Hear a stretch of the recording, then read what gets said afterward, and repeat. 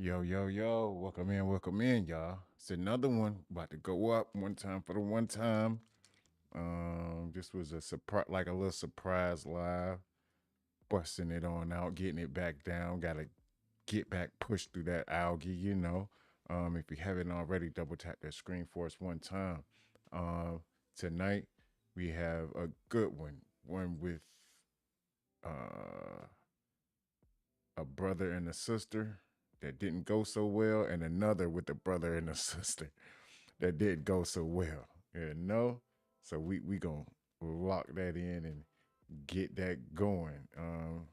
Tonight's title is called Sinister Siblings. So without any further, King, my brother, what it do, what it do? Tapping in for the tap in. So without any further ado, we gonna start off with the short form, and then we gonna after that one we gonna jump right into our main cuisine. Let's go, y'all. We back. Indeed, indeed. We back. Remember, we we don't break the content. We just break the content down. So we about to get on into this thing right here on this Friday evening. Let's go.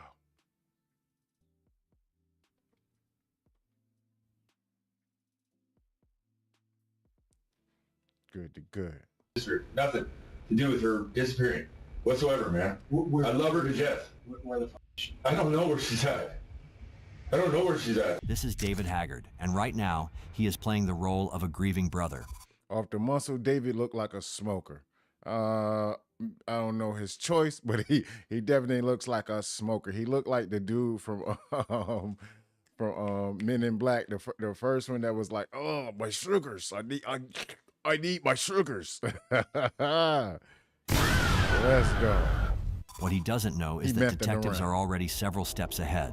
So I told you I already felt guilty. I carry the guilt. It's dreaming that I'm guilty. Whatever happened to her is my fault. Welcome in, Because welcome in, David Char. had something called a cell phone, and he had it on the day his sister disappeared, and he has no idea what that single detail is about to cost him. But most importantly, we're going to compare her phone's movements with the movements of everybody else's phones. And it's not going to be too difficult to see the path. It was physical at first, but I was just getting to the truth of the matter. I was just on top of her. But it was nothing. There was no violence or anything. Why did you feel comfortable selling her pills? I don't know. I just figured that's what she would have done to us. June 8th, 2016, Let's go, Jamie y'all. Haggard, 27 years old, vanished from Kenmore, Washington. Her phone went silent. Her credit card stopped. Nobody knew where she had gone. Detectives didn't have to look far for a person of interest. Her half-brother David had a volatile relationship with her. Jamie Half brother. Okay. Half-sibling rivalry. had reportedly told people she was afraid of him. And in the days after she disappeared, David had been burning debris on the property, filling in a hole in the backyard, and scrubbing his truck clean while a crime lab was already on its way to search it. David agreed to take a polygraph. He failed it, and now he's sitting across from detectives who want to know exactly why. So, Already. We got one, y'all. He didn't sound too convincing at all, one bit. So they wouldn't have got him if they didn't need him. So we gonna find out what's going on. Let's go. I went through my church. You didn't pass your test today. Okay. Pass it. This is what my computer algorithm's telling me. Okay. That means probable deception indicated, meaning that there's indications that you've not been truthful with us. Okay. How do you read this thing? How do you read it? Yeah, I don't understand what this number means. Well, really, the only thing you really need to focus in on is this where it says probable deception indicated. That's the computer algorithm. What's this line here? That's just where I want to read. Yeah, I would expect to see you down over on this side if you're being truthful with me. Okay, in the middle is more of the. Melissa says, "Hey y'all, sorry about early. We did a quick dance party to Tech Nine's birthday song. It's tradition. Got to keep tradition alive, Miss Ma'am. Got to keep tradition alive. Appreciate you for sliding through. We just vibing out. Just started. So if you're here, get your popcorn, get your water, settle on down, and make sure y'all pay attention, Aces. Make sure we are paying attention. Let's go." Just totally fucking out here in Sheffield. Yeah, so he didn't pass your test. So what that leads me to believe is that there's some information that you've not told us about that we need to try to get covered up here or get cleared up. A mouth can say one thing, the body tells the truth, and that's the way that I would tell the truth. Right. So I feel very comfortably that there's more to the story. There's something that you're concerned about that you're not disclosing at this point. And you know, we're here to try to get this thing resolved, obviously. Okay, you're down here for a reason. You know, there's been some suspicious things that have gone on. If you suspect foul play, I'd go to Scott. I don't know anything else. I told you guys that. I don't know anything. Like I said, if I was given a test about Jamie's disappearance, having no involvement whatsoever, I would completely pass the test. You don't even know Jamie, so you would have passed. It's just like the Green River Killer guy. He fucking, they asked the wrong questions or some shit. He fucking, just because they didn't know any victims. That's why he passed his first test. Don't believe what you see in the paper about the Green River. I'm not going to go through this with you guys. I didn't do anything to my sister. I haven't done anything to my sister. I don't know where she's at. If I did, I would tell you. Bottom line. Bottom line. That's the bottom line, because Stone Cold said so. Well, let's go. It's pretty fucked up, and that's why I didn't want to take this test to begin with. But other than that, I wouldn't hurt my sister. I wouldn't hurt her. Wouldn't hurt her or my children. You can ask any of my family history. I got a lot of family. You can ask them all about it. Plenty of men tell me that they wouldn't hurt somebody, and they didn't. But they ended up being involved in disposing of a body. I didn't dispose no bodies either, sir. I'm not that way. David just compared himself to the Green River Killer to... I don't know who the Green River Killer is, but I know he's a sibling unaliver. Excuse me. But yeah, I know he's a sibling unaliver because he just got it written all over his face. Indeed, indeed. Henry, my guy. Welcome in. Good to see you. If y'all haven't already, double tap that screen for us one time. Boop, boop. And get that like button smashed. And if you can, take your time and get some thumb exercises in and hit the 100 emoji 25 to 50 times and push us through that algorithm for the ones that are here and for the ones that may get here to come. Let's go. Prove polygraphs are unreliable. The detective's point is simpler. Shout out to everyone in that room with nothing to hide would have passed that test without breaking a sweat. David didn't. And the first name out of his mouth is Scott. It won't be the last time. What were you doing burning all this stuff out in your yard for the last couple of weeks? We've been burning freaking... I'm not accusing you. Just tell me what it was. What were you burning? The mulch and shit. There's all kinds of shit around the property. We've been burning trash, all kinds of crap. There's all kinds of crap in that house. Me and Carly have been trying to get our leg up. So we're just trying to, Jason, we thought we were going to be gone. We thought Jason was going to be gone for a minute. So we're going to freaking try to get in with the owner. That was family. Appreciate you, family. And all the acers. What was reburied in the hole? Anything? Garbage? Anything? There's garbage. There's all kinds of shit. If she's found... So this man was trying to burn all the evidence that was going on that he had surrounded at the house, and also prior to the investigators coming to look at his car, he was doing an extensive cleanup on his car, y'all. Sound a little iffy to me. Fairly quickly, and she's deceased. The medical examiner will absolutely be able to tell us how she died. Still, whether it was an overdose or violence or whatever, whether she's found in your backyard or whether she's found buried out in Big Fin Hill Park or fucking in Lake Washington. If she's found quickly, we'll be able to say it. And I'll say it, man. Her lifestyle absolutely leads to the suspicion that she fucking OD'd and people freaked out and didn't know what to do. Let's just face the legal side of this thing. What's the crime of disposing of a woman that ODs? I have no idea. It's fucking gross misdemeanors. I have no idea, sir. So I'm telling you that because I don't want you or anybody else overly freaked out about an OD death and guys panicked and got rid of the body. Because it's a gross misdemeanor at worst if anybody even gets charged. So I just want to make sure that's clear. We're not investigating some felony crime if in fact she just died through her lifestyle. OD. She got a history of that clearly. You guys keep saying she's dead. You guys know something that I don't know? Man. I don't even know that she's dead. Well, so in my gut, I believe that she's dead, either by someone else's hand or she's like an OD. And now it's a recovery. In fact, that's why we're all out at your house today. We're not convinced she's out there. Well, sure as hell we're going to check it. We're going to be checking it with heavy equipment. We're going to be with the cadaver dogs. We're going to be covering that base today, 100%. And if she is found out there, somebody's got some explaining to do. I have nothing to do with any. I don't know if he's hooked up to a lie detector or not. I see some cords and stuff on the table, but I don't see like anything to his arms or anything. We'll find out. But this guy, yeah. His parents or anything has happened to my sister. None. He found his next life already. I should have passed this. Absolutely. And guilty knowledge, or excuse me, guilty feelings about lifestyles doesn't affect falling down. The detective just handed David the easiest exit ramp imaginable. If Jamie overdosed and someone panicked, that's a gross misdemeanor, not murder. Just come clean and walk away. David doesn't take it. He doubles down on knowing nothing. And right now, cadaver dogs and heavy equipment are working through the property outside. So look, officer tried to give him the alley-oop, y'all. He tried to give him the alley-oop. He said, look, if she OD'd and passed away, all right, that'll just be a misdemeanor, That'll just be a misdemeanor for you, Bubba. But nah, he wants to go on with the story because I guess he feels like, he's not going to get caught.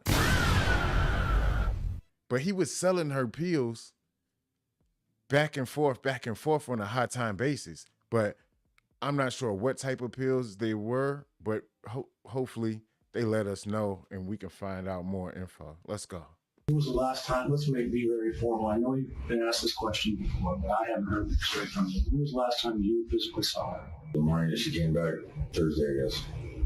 The 9th, 8th, 9th. Mm-hmm. So on the day she's missing, she has her own cell phone, right? Yeah. And you got your own individual cell phone, right? Yeah. So I didn't have a phone. You don't have a phone at all? I didn't have a phone at the time. Well, why not? I think my phone was broken or out of minutes or something. Henry. I mean, I had a phone, but it was just out of minutes. Okay.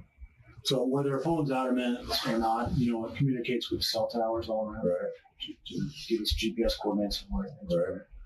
One of the things that we're Phone, doing today GPS is coordinates. search warrants on a variety of phone companies, including your phone, including Jimmy's phone, including some other people's phones. And to me, I'm a tech guy, so this is just the reason I say this thing's going to be done today and solved today is because we're going to know where she's at today. We're going to know who took her there, and we're going to find her dead or alive. It's all going to come He's a from technology. pyromaniac. Her phones are going to tell us exactly, her phone records are going to tell us exactly where she moved. But most importantly, we're going to compare her phone's movements with the movements of everybody else's phones. And it's not going to be too difficult to see the path plotted on a Google Earth map. Which phones moved together between the 8th, 9th, and 10th of July.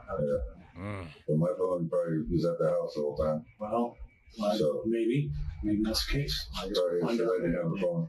Yeah, it was working, so I didn't carry it with me.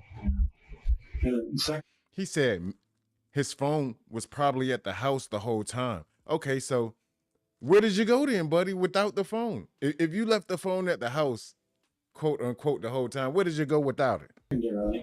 the phone doesn't just talk to its cell tower in the area. The phone talks to whoever's a Wi-Fi connection, right? The router at your house, the router at your neighbor's house, maybe if it tries to connect, the router at Starbucks. So nowadays, law enforcement has the advantage of just nailing down the position of phones way better than we did a couple of years ago. Yeah. So those paths are going to tell us a lot about her and who was with her. And I don't have those records yet. Hide your kids, hide your wife. Indeed. Yesterday about this case, I voted to hold off on hitting your house with a search warrant until we have those records. But, resources are resources, and we needed to do it today. That's why we had the backhoe today. We're ready to do it. So, Sheriff in the back on the left side that's not talking just look like he's thinking about double cheeseburger heaven right now.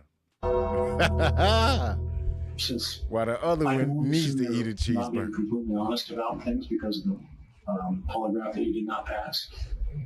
It's not personal, but I believe you're holding something back. I know you're holding something back. And these things are all going to come out later, no matter what you say today. If you're not being honest with us right now, you're putting yourself in a hole, because I'm afraid later on you're going to have to backtrack and kind of say, well, okay, this is really the truth. Cece says, darn it, I'm late again. Nah, no, ma'am, you're not late. You're right on time. Right on time. We just started a few moments ago. What's going on is a young lady has disappeared. Her stepbrother was selling her prescription pills, and she's gone, vanished in thin air. So he's the suspect sitting in a chair, and now they grilling him. You right on time. Welcome in, Cece. Welcome in, Miss Ma'am. Let's go. Shout out to everybody that's in here, all the acers that's sliding through. Much love. A month or two or a week or a year from now, and it's going to be unbelievable. You know, if you're caught in a lie, you're caught in a lie. You can't backtrack from that later on. The detective mentions GPS tracking, and David's story falls apart in real time. Moments earlier, he confirmed he had a phone. Now he doesn't have a phone. Now it wasn't working. Now he didn't carry it. 3 different versions in under 30 seconds. Those phone records are already being pulled as they sit in that room. When I got home, there was a fire outside the cider glass door. Appreciate you, CC. Appreciate you, darling. It wasn't totally put out. It was smoke on it. I've seen it. That raised suspicion to me.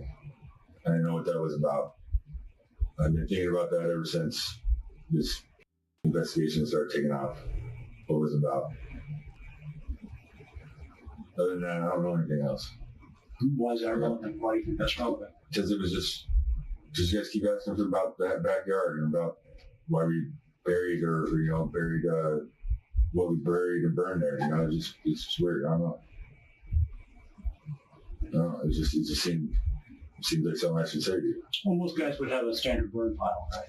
But yeah, you're not going to burn next to the house. Yeah, you're not going to burn next to the house. I got there, like I said, it was weird. Carly showed up right after me, and I even said something to her, you know, like, what's she burning right next to the house for? You know, just kind of pissed me off, you know.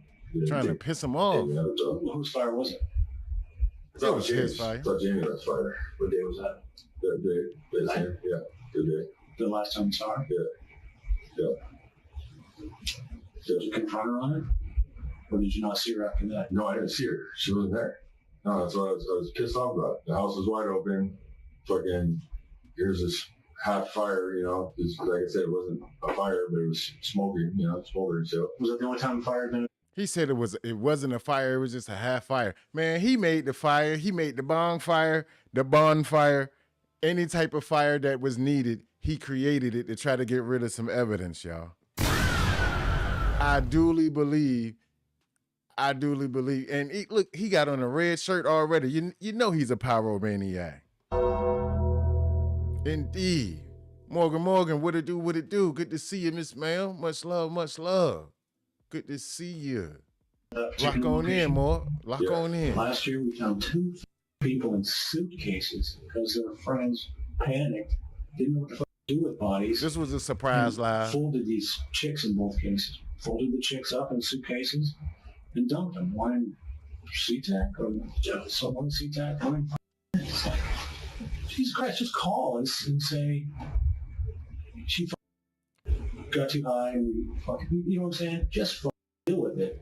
You don't sweep it under the rug. You don't sweep a loved one's body under the rug and pretend like she's just vanished, because we're going to prove whether she's just vanished on her own or not. Much love. Appreciate you for sliding through, Miss Ma'am. You know the vibes. I'm just sitting here cool. I haven't been up here in so long. I got to jump back into this algo. You know what I mean? Slowly but surely.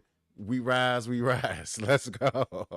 The detective mentions bodies found in suitcases as a cautionary tale, a way of telling David there is no version of this where the truth stays buried.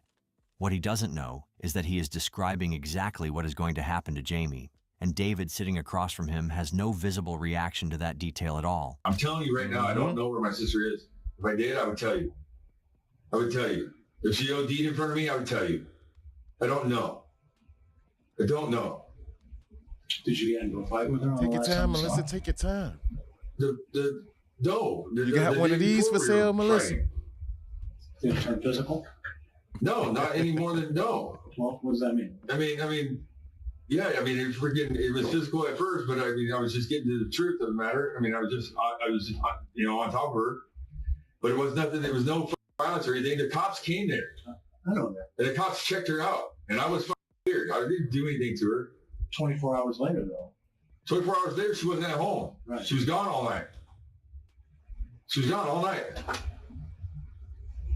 I guess we'll find that out when we get the phone records today. Yeah, well, you will. You'll find that out. She's gone all fucking night. She didn't come in until the next morning. So a couple things are obviously going to be dealt with. And here's, I'll just tell you our job. When I see your phone records and when I see her phone records, I suspect them to see some travel together. I think there's a good chance of that. I think it's going to prove that you're not telling the truth right by yourself, and then we're going to have to do this all over again. I'm a little late to this case to know why the fuck you're painting your truck and completely cleaning your truck out. So when we have the Washington State. The one thing all I got to do is ask is one question, y'all. And that question is, why the fuck you lying? Why you always lying? He's a dog devil's life. Anybody ever knew such a thing, if you know what I mean. Let's go. Crime lab out searching your truck in about an hour. What do you mean? I've had cases where people have hosed their truck out, scrubbed with, God, they've used stone masonry cleaner in their truck, and this crime lab still found blood. Because guys don't get where they should go clean. So all these things are happening today because we can't figure out what to do with you. So prove them right or prove them wrong. David admitted to a physical altercation with Jamie the day before she vanished, then immediately called it was not violence. His truck is outside being processed by the Washington State Crime Lab right now. And his explanation for the burn pile, the hole, and the mysterious fire next to the house shifts every time the detective asks a follow-up question. For a grieving brother with nothing to hide, David is doing an impressive amount of hiding. Well, where's Scott at? We got other teams doing other things. Listen, you've mentioned Scott a couple times, but you also just talked about a lawyer. Would you want to tell me the story about Scott? No, I told you the story about Scott. Well, Scott needs to be checked. You're suspicious of Scott. Yeah, Is really. there a particular reason? Because he's like admitted that he's done something there. Tell me that story again. Now that driving in the backseat of my car is a little difficult. He said when Jason came home out of jail, he was with Scott. Scott picked him up. They went and did some brown together. Natasha is a girl that just got out of... They went and did some brown together. What the? That's a new one if I ever heard. So they calling that boy, that dog food, that Dopolini, they call it that brown. Yeah, all of y'all was messing around. Let's go. Out of feds. She's in an Oxford house or something in Seattle, I guess. Mm-hmm. Somewhere in Seattle. Juice, welcome in. They had picked her up too, I guess. Jason said him with that burn pile. Natasha, and Scott in his truck. And Jason said, what the fuck is going on in my house? Does Jason come home? He's like tripping out, like, what's all this stuff? Jamie's missing supposedly. What's going on? Mm-hmm. Scott says, shut up, dude. You're going to get me in trouble. Don't worry about it. She's not at your house. She's been taken care of. He says this specifically to Jason and Natasha. And Jason told you about that? Yes. And he brought it up again yesterday. And what was yesterday? Yesterday, he just said, dude, I think Scott did something with your sister. A few days, 3 or 4 days before any of this shit happened, Jason and Jamie were in a fight, an argument. Jason was like, I can't handle this dog, she's got to go. And I'm saying, well, I get her out, and Scott's saying, I think it's only right that the, family member takes care of it, or I'll take care of it. And just these things, if I reflect back on our conversation, doesn't mean much at the time. Shandy, welcome in. Salute. All in a day's work. You know the vibes. Shout out to the Acers in the building. because we're just all everybody's I hope you're doing okay out there. But I think about it then, like, what the hell were you talking about, dude? Scott is a man from David's social circle with a history of violence and, according to David, a suspicious habit of making comments about Jamie being taken care of. He sounds like exactly the kind of person detectives should be looking at. The problem is that every time David hits a difficult question, Scott's name appears like a get-out-of-jail-free card. I tend to believe my sister because in the heat of the moment, when I look her in the eye and I tell her, tell me fucking what's going on here, James, I can trust and believe that my sister's telling me the truth. She points to him. Jason. It's all Jason. Mm-hmm. So that's what, and then I confronted Jason, and he was going to come home and deal with it. But then Jamie flipped the whole script around, and instead of me being pissed off at Jason and going to deal with Jason, she's claiming that she's going to take a bunch of pills.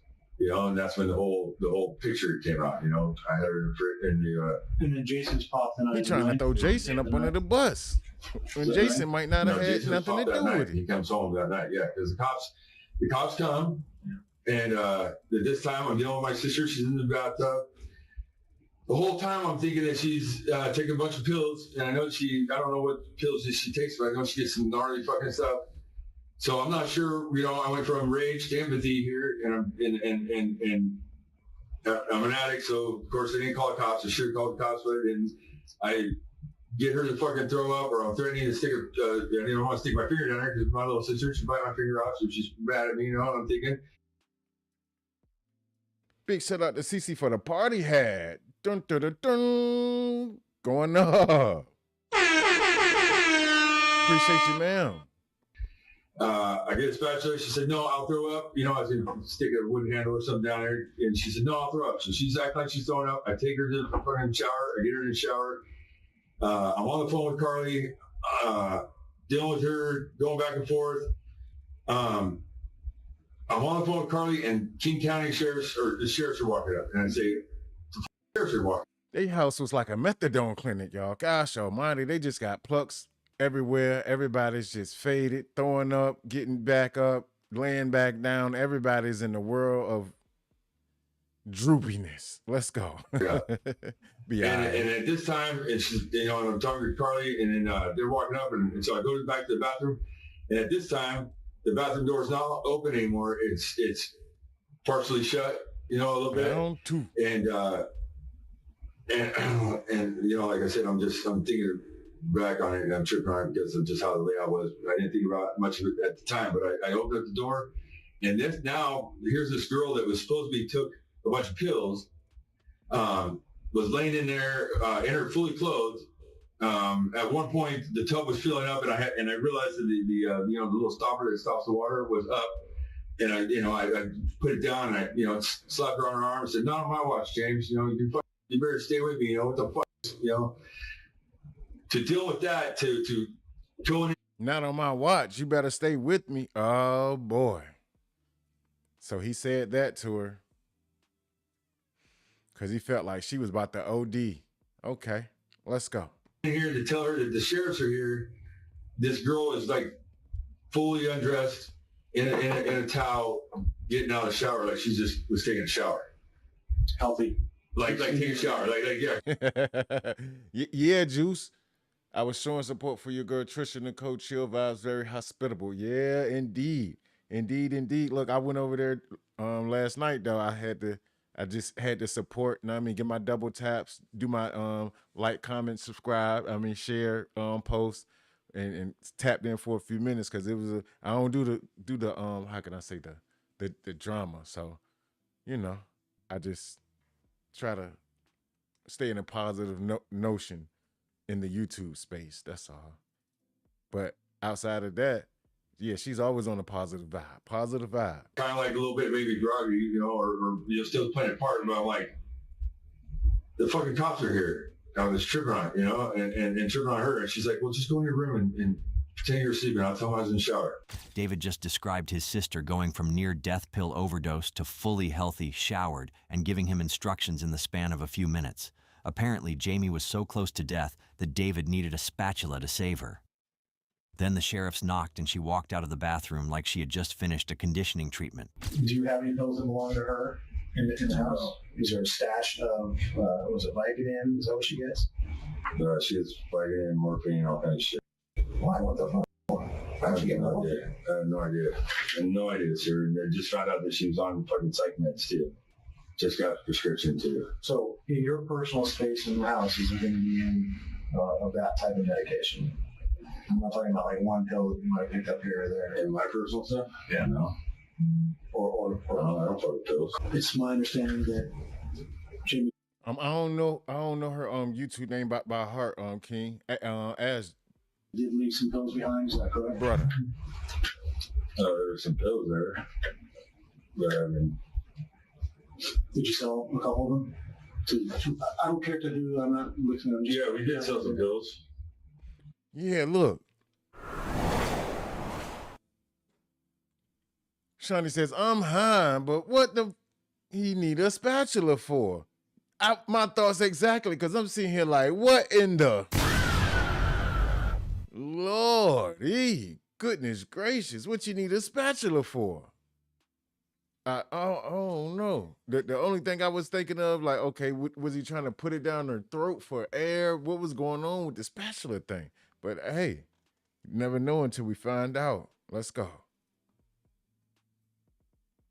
But I mean, yeah. What type were they? Maybe they're perk 30s or something. Why did you feel comfortable selling her pills? I don't know, I just figured that's what she would have done to us. I don't know.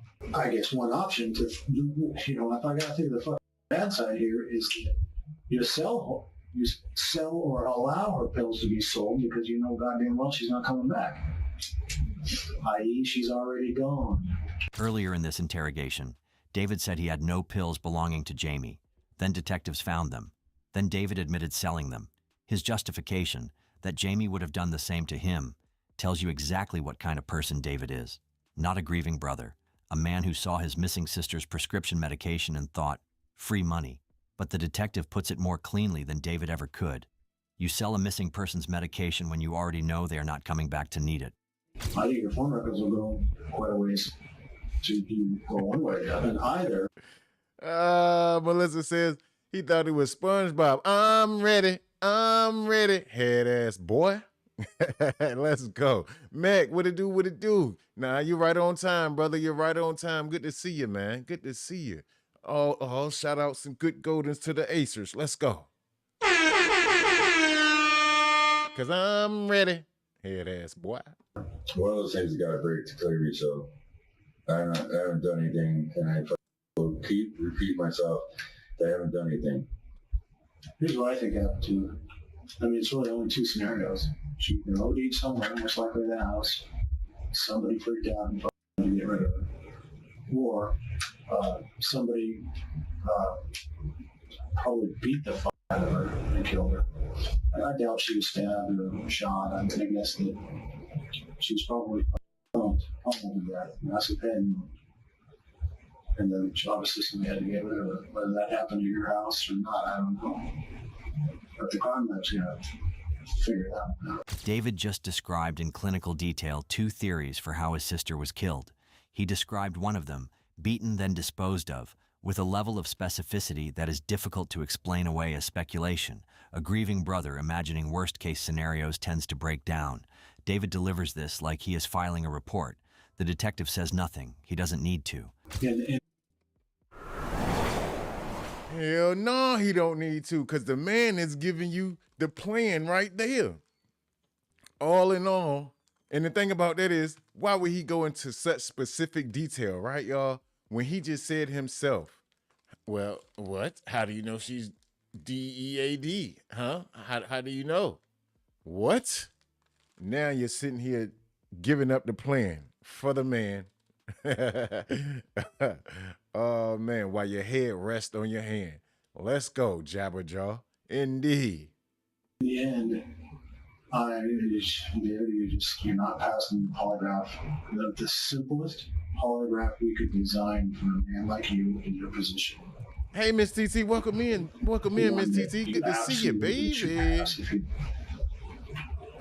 Chris, can you read those specific questions? Oh yeah, I don't care, bro. I don't want a lawyer. I don't want to talk about lawyer anymore.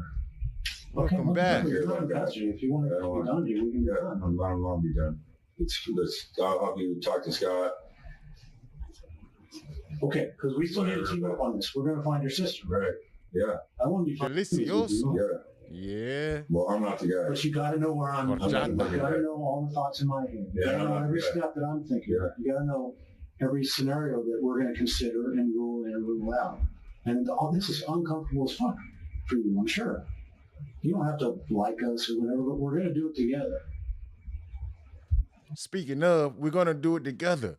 Every so often, y'all, we gonna take a little time and get some thumb exercise in and hit that 125 times for us. All us do it at the same time. Push it through, push it through, push it through. That's what the Acers do. Let's go, y'all. And this step of the polygraph was so fucking important to us that that's why we kept wanting to do it with you. So let me end this with kind of a overall reaching statement. David, is there anything that you haven't told us yet that you think is significant in this case? That you know damn well is significant that you've chosen to keep to yourself? No, except for where's Scott and where's Chris? Even at the end of this interrogation, David's answer to everything is Scott. But detectives are not done yet.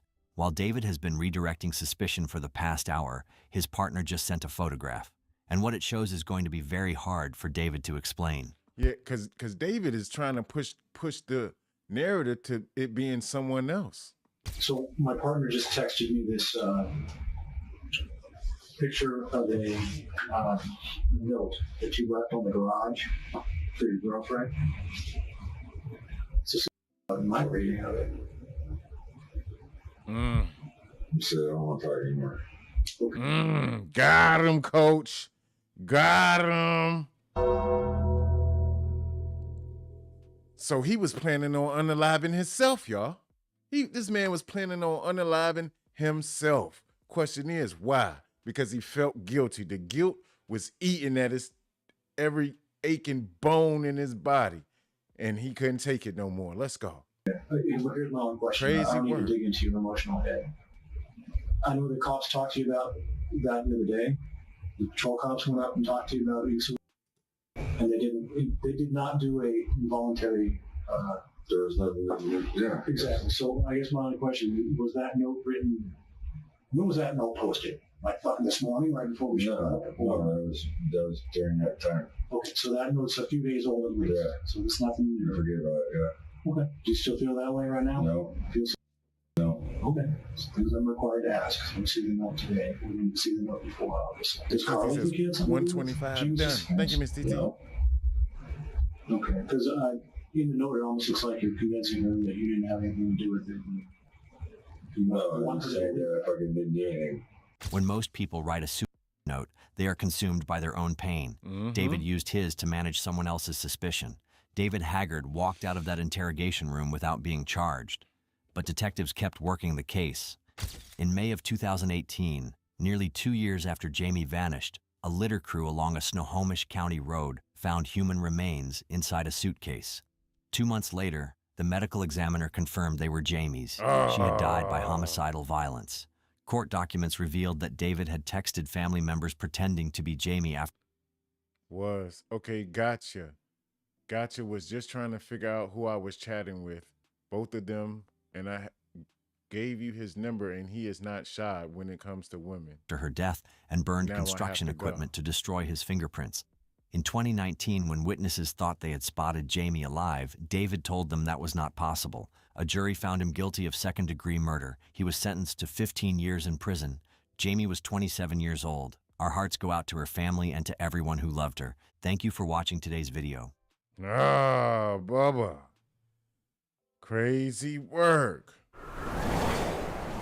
That was diabolical. He thought he got away with it, and he was sending off messages to people pretending to be his sister. That's, boy,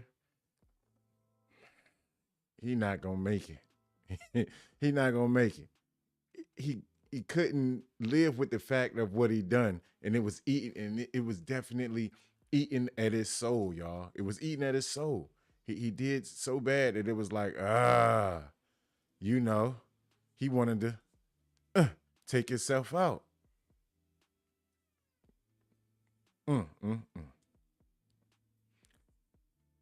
shout out and prayers to her sister. She was only 27 years old. She was going through a lot. Um, she was definitely going through a lot because he was the one that was selling her the pills and whatever else that she was using.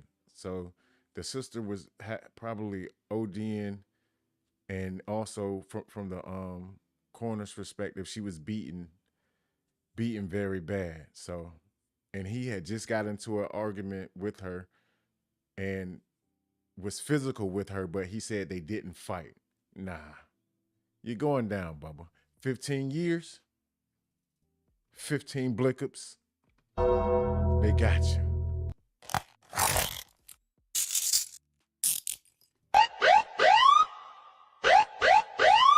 Close the door. Indeed. Let's go, y'all. That's crazy work. RP to Lil Sis, indeed. Back at it like a crack at it. Let's go, y'all. Appreciate you, Juice. Damn, he only got second. Yeah, second. 15 years. 15 years. Big bogus, man. Yeah, Juice, his own sister. His own sister, man. Crazy work. Crazy work. That was numero uno. If y'all ready for the next one, put your popcorns in the chat, and we're gonna slide on to the next one, which is our creme de la creme case. Sinister siblings. And we're gonna lock right on in. I appreciate y'all once again. Shout out to everybody here. Shout out to everybody here in the building. Shout out to the Acers, y'all. Much love.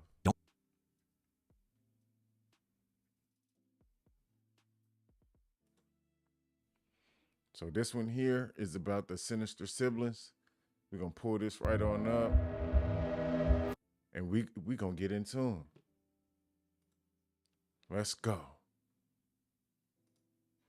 I hope he has fun holding Bubba's pocket. Yeah, he's going to be holding Bubba's pocket for quite a long while, y'all. Crazy work. Crazy work. Next one coming up in 5, 4, 3, 2, 1. Let's go. The specimen you see right now is Warren Pollock, one of the dumbest on the planet, who has no idea he was just caught on camera gunning down a complete stranger. But what surveillance footage will show is that he wasn't alone. His imbecile sister, Wanisha Pollock, was in on the hit. Well, I have a video driving in front of Tony's Market all day long from the time that it happened into the time that it happened. Now, these siblings will try to play dumb, but when cops turn on the pressure, will they sell each other out to save their own skins? We wonder. We're going to find out. Try to save your skin, and try not to get labor in jail, or you can just cooperate. I'll take that up. You know the penalties for first degree felony? Up to death. On March 13th, 2022, 34-year-old Stephen Black walked into Tony's Market in Fort Lauderdale, completely unaware that someone was waiting for him. Within seconds, a masked man stepped inside, pointed a gun at his head, and shot him point blank.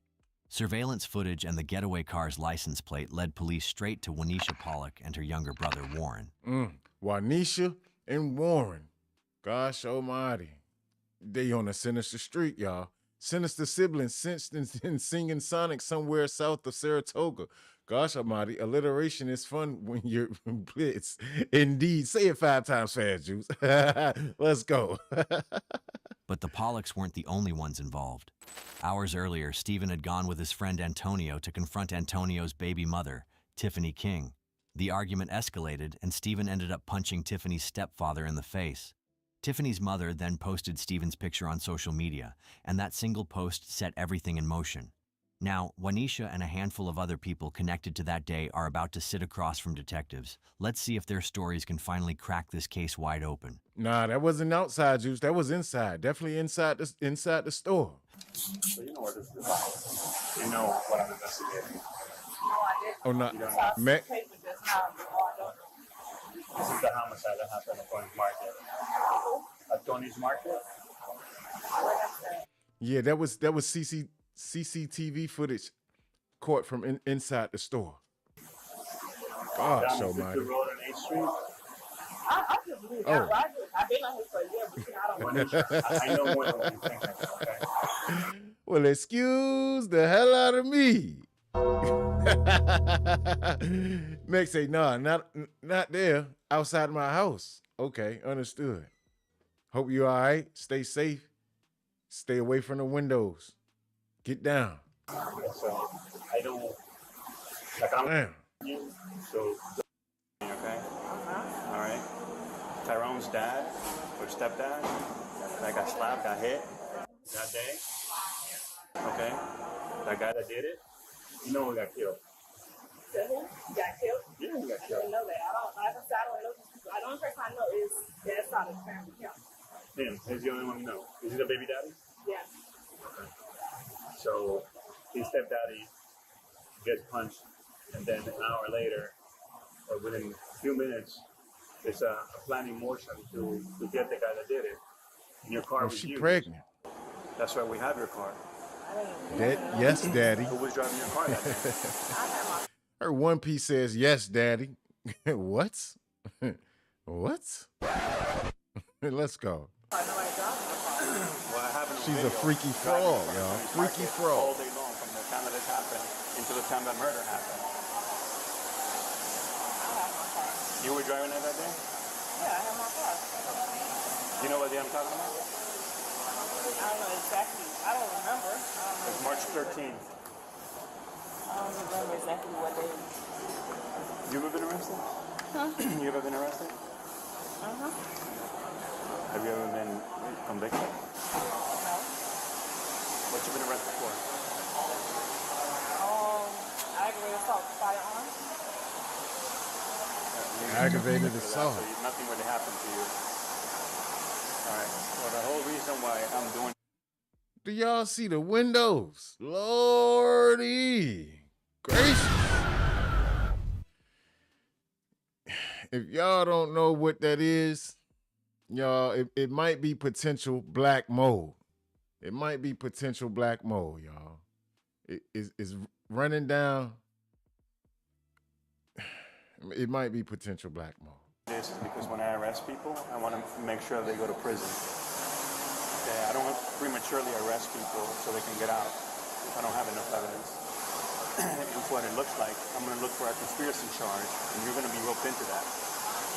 Yeah.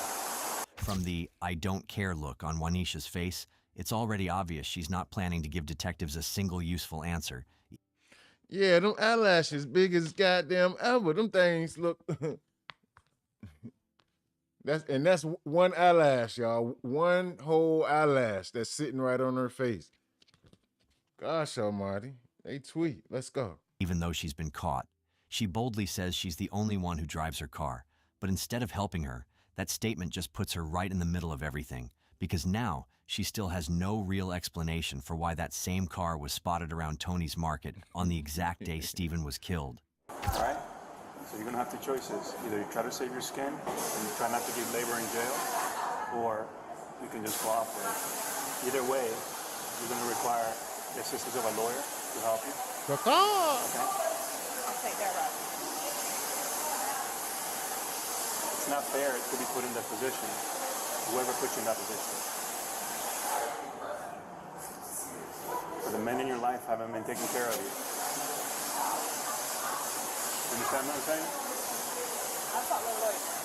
Because this is completely unnecessary. That guy was going to go to jail for what he did. He didn't have to fucking die.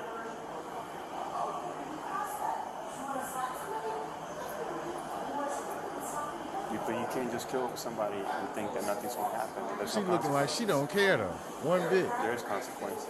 At And all, you got at people all. like me who's going to turn every rock and look under to see who was involved. And to tell you the truth, I don't know the extent of your involvement, but I know to the very least your car was used by the person who did the shooting to get there and leave. And to stalk a guy. You know what stalking means? Yeah, so you stalk a guy. From like 1:30, 1:45. Yeah, they might be power washing. Hopefully they're not just power washing or pressure washing just to remove the stains. Hopefully it's being soft washed and they have some a bleach surfactant and taking that all the way off and cleaning as well. Cause 0%. All the way to the time he got killed at 650. Now you're telling me that you were the one in the car? Were you down there at 650? Well, I'm gonna look to find out. Because if you were there and you drove away after this happened, then you're gonna get the same charge as the person who pulled the trigger. You understand that, right? And you understand because of the circumstances, it's a first-degree felony. Okay, do you know the penalties for first-degree felony? I can't stop looking at the windows, Up y'all. to death. He trying to scare this young lady's britches off. Now, I'm not saying that that's what you're gonna get. He trying to scare out her panties, but I don't think she's wearing none, y'all. I don't think the lady has on any panties at all. Okay, I don't know, but that would be the charge for sure. This right here is called an appeal to conscience, when detectives use emotions, family, and future consequences to pressure a suspect into telling the truth. Now let's see if that works on Juanisha, or if she keeps playing along. Talk to a lawyer as soon as you can and say, hey, this is happening to me. I'm getting roped up in a conspiracy charge, and a conspiracy to commit murder charge. I want to get out of it. I don't want to be part of it. I want the people responsible to take responsibility for it. I want to be left out. I want me and my baby not to have to deal with this. It's gonna be expensive. You're gonna have to pay a lawyer decent money, but it's worth it for you in the future, in his future.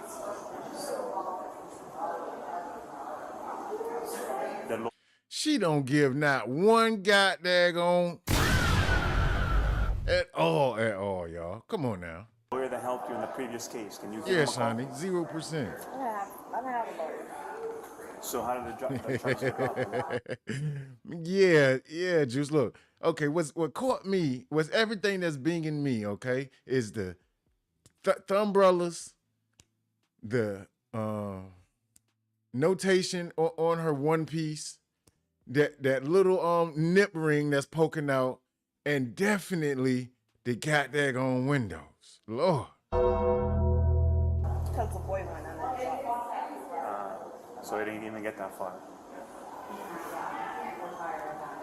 Well, Juanisha, look at me. I guarantee you this is going to go that far and more. Yeah, it's super moldy, Shayna. I can't go. It sucks because I wish I could tell you everything that I know so you realize that I'm not messing around with you, but I can't. At least not at this point.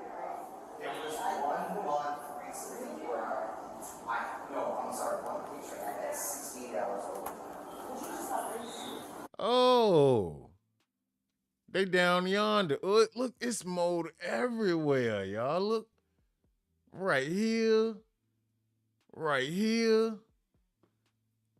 over here, over there, on every particle of the building. They need to get that inspected. Indeed. They need to get that inspected right now. I can't deal. And they down there just having a conversation. I can't see the third person, but so I don't know if they're like questioning somebody or if that's one of their buddies. But hey, either way, they down there having a good old time. Let's go. Hello. Hello. Yeah, that's stucco indeed. I'm going to give you my card in case you want to talk to me. I'm going to give you my card in case you want to talk to me. Give me a call. All right? Talk it over with Tyrone. What you know about card? Have a little cigar show, Marty. Talk that talk. This don't have anything to do with him. Hey, you don't think so? I know so. Okay. Right now, Juanisha is said, acting "I like know she doesn't so." even know Tyrone at all, but detectives already know he's her boyfriend. Yeah, she shouldn't be around that stuff at all. The Her being father of her preggo. unborn child, and connected to the same family Stephen had problems with earlier that day. So now, they have one major question to answer. Was Stephen's murder a revenge hit ordered by someone in the King or Wooten family, or did Juanisha and Warren act on their own? And since nobody in the Pollock family seems willing to talk, detectives now turn to someone directly tied to the family drama that started it all. We got that lady from around there and said that she has video, and she believes based on the video that it was more, but she would never give a statement to it. Both of them looking like Mr. Clean. Let's go. But the video's not clear from what the report says. The video's not clear. We'll be able to. I can't imagine it would be. Was it at night? At night, yeah. I want to get it. I want to get it just to have it. Get it, look at it. You never know. Said the video's not clear enough to get a good identification. You know, maybe even though you can't tell it's him. They can't tell it's him. Who it is. Or maybe who it on is. That video compared to the Tony's video, a jury could say it's the same guy. Yeah, a wall for and then you have, say, the shell casings. Yeah. You know, and that was his residence. Yeah. And they can, our circumstances are starting to get pretty. Yeah. So they're going to try to run it based on circumstantial evidence. Gosh almighty. That'll hit you where it hurt.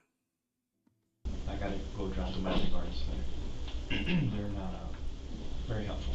So the reason why you're here is because, in the investigation, we want to get all the facts. And me asking questions in the streets is not the same as me asking questions in here. In the streets, people lie to me, and I can't do anything about it. Right. In here, you come and lie to me, and now it becomes a crime. Right. Okay, so that's why we're here. That's why you're under subpoena, and this is why the state attorney is here. I don't believe that you're involved in this whatsoever.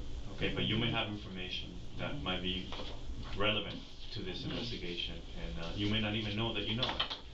Okay, so we're here to try to get, trying to get as much information as we can. Right. We met that night that your husband was punched, and after, Steven was shot and killed. Yes, Serpro, Hepaco. Somebody needs to get to it. Remember, we met at the hospital. Right. And I asked you to tell me, I asked you both to tell me what happened. A bait. Can you repeat to me what happened that day? Yes, I sure can. That was a Sunday. And that's Sunday yes, I sure can. Okay, mama. About one something. The only reason why I know it, at that time it was one something because I was in the kitchen cooking, and my husband, we were all looking at TV. My daughter was there. She was whipping y'all. And when I came out the kitchen, I got Tiffany, right? My daughter Tiffany. That's my only daughter. Okay. I only have one daughter, and I have a big window. Say this is my kitchen. This is my kitchen area, and I'm coming out and into my living room, and I got a big window. You see my big window there, and I can look straight out, and I seen the car pull up, and I seen Tonio jump out and come and knock at my door, because then I told my daughter, I said, you know Tony pretty well. Tonio is my daughter's baby's father. Right, so you know him pretty well, right? Well, not well, but I know him. Right. Yeah. And so he got out and came in. Oh, 115. Okay, y'all was on amazing movement. My job was doing Cat 3 mold remediation and abatement. Yes, indeed. I myself was an environmentalist specialist, and I was a supervisor out there. So this would be, right up the alley of sorts. We would have, but the company, we probably would have charged like 90 grand, 100 grand, to try to get that back in shape. Yes, indeed. Out on the door. So and I asbestos. said, oh, there go Tonio. So I opened the door, and he, full I face was fussing and respirator cussing and whatever, and I'm telling him, I don't know nothing. What about? About my daughter. I guess him and my daughter got into it or whatever. And I'm telling him, I don't have anything to do with whatever y'all going on. Don't come to my house with that. But do you know what his complaint was? No. At that time, no, I didn't know what his complaint was. Okay. But later on, he complained that she supposedly had took some keys or something from him, which I don't know, because like I told you at the hospital, I know he's a big liar. Because like I told you at the hospital, at first, I used to give him the benefit of the doubt. Yeah. Because him and my daughter get into it or whatever, and he'll call me or she'll call me and I'll tell her, you need to stop acting like that or stop doing that or whatever. Until I seen things for myself. Okay. Where he get belligerent and start texting her phone, blowing up her phone, just stupid stuff. And so that's why I said. But this date when he came, you saw him through the window and he came to the door. Yes, he came in. You answered the door. I answered the door at that time. and he was talking like, oh, I never came to disrespect your house, but your daughter, blah, blah, blah, this and that and that. And I'm like, I don't have nothing to do with whatever y'all got going on. So was this inside your house or outside? No, this was outside. Okay. This was outside. This was on the porch. Because he didn't never come inside my house. Okay. And so my daughter was like, no, I don't have nothing. I don't even know what you're talking about. I don't have nothing. And she said, Mom, come back in. Close the door. So she closed the door and locked the door. Okay. And so we came back in the house. All of us was there. And then she noticed him going into her car because her car was unlocked. When he went into her car, that's when he went on a rampage. So he pulled up to mama house like, Miss Ma'am, your daughter tripping. No, I need that. And started going through her car. Crazy work. And that just sounds all physical to me. It sounds like domestic. And she opened the door and went out the door with the baby in her arm, trying to stop him from going in her car. And then that's when he came charging at her. When me and my husband seen him charging her, that's when we ran out the door, and my grandson ran out the door behind us because we trying to stop him from hitting her with the baby in her arm. So he started swinging, and my husband then grabbed him, and I'm grabbing her, and I'm holding her back or whatever. And so she picked up some rocks and threw at him. And so when she did that, you know, he's cussing and fussing and all of that there. And then this person that brought him over there, because like I said, I never seen that guy. I don't know him or nothing like that. He got out of the car. He got out of his car and came where we was, because he was, as I told you, at the hospital. He was charging at my grandson at first, because my grandson picked when wait a minute, before my daughter got into it, she shot the baby. Remember I told you she shot the baby on the grass. Okay. And my grandson, I told him to pick him up out of the grass. So when he did that, how old is your grandson? He's 14. Okay. So when he did that, the guy come charging at him, cussing and talking and whatever. When I noticed that, I said, oh, wait a minute, hold up. Crazy work. So they get into it. She got the baby in her hand whole time, y'all. No, ma'am. 0%. Baby should have been nowhere near y'all in y'all buffoonery. Let's go. Hold up. I say, first of all, he's a child. And he stopped. Yeah, he's only 14 years old. What I'm saying is that he was charging when you said that he stopped. Yeah, because when I say, oh, he's a child, he's only 14 years old. That's my grandson, so you can leave him the hell alone. That's what I told him. Then he turned back around and came out where me and my husband was. So him and Tonio was in the road, and he just, fussing and cussing at us, the guy. And at first, like he was trying to pull the guy, but it was like he wasn't pulling him hard enough to leave. So he done, got a loose for Tonio, and he come over there charging at me and my husband, talking. He just cussing and fussing, talking about, I shoot it up. And I told him, you ain't gonna shoot a damn thing up. Yeah, this is mom right here, Melissa. Me and my husband was standing by his truck. My husband's truck was in the driveway. We were standing by his truck. And when he was before he did that, before he came up closer to us, him and Tony was standing out in the road, and that's something just told me to snap his picture. So I can, if anything go down, I can give it to the police. Stephen was just a friend of the baby daddy and had no ties to the Wooten family whatsoever. He just happened to be at the wrong place.